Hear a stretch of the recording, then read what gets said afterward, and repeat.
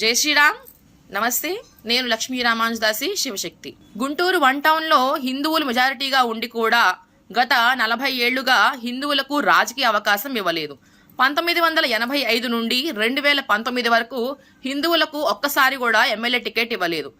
60% మంది హిందువులు ఉన్న గుంటూరు వన్ టౌన్ కాన్స్టిట్యున్సీలో మనం కులాల వారీగా విడిపోతున్నంత కాలం మనల్ని హిందూ ఓట్ బ్యాంక్గా ఎవరు గుర్తించరు.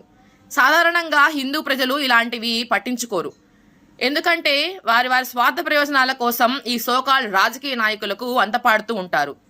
చేతులు కాలిన తర్వాత ఆకులు పట్టుకునే బదులు ముందుగానే మేల్కొని మనం మతపరమైన అడుగు ముందుకు వేయకపోతే ముందు మన పిల్లలు, మీ పిల్లలు సుంతీలు చేయించుకొని పీచుగడ్డం పెంచుకొని తిరగాల్సి వస్తుంది. అసలుకే ఇప్పటికీ హిందువులకు ప్రత్యేక దేశం అంటూ లేదు. మన దురదృష్టవశాత్తు భారతదేశం సెక్యులర్ దేశం అయిపోయింది. వాళ్ళ దేశాలు ఉన్నాయి. మనం మత ప్రాతిపదికన పనిచేస్తే మనలో ఉన్న కులాలన్నీ కూడా బాగుపడతాయి. వాళ్ళు మెజారిటీగా ఉండే స్థానాల్లో వాళ్లే గెలుస్తారు, మనం మెజారిటీగా ఉండే స్థానాల్లో కూడా వాళ్లే గెలుస్తారు. ఎందుకంటే హిందువులకు అవకాశం ఇవ్వరు కాబట్టి.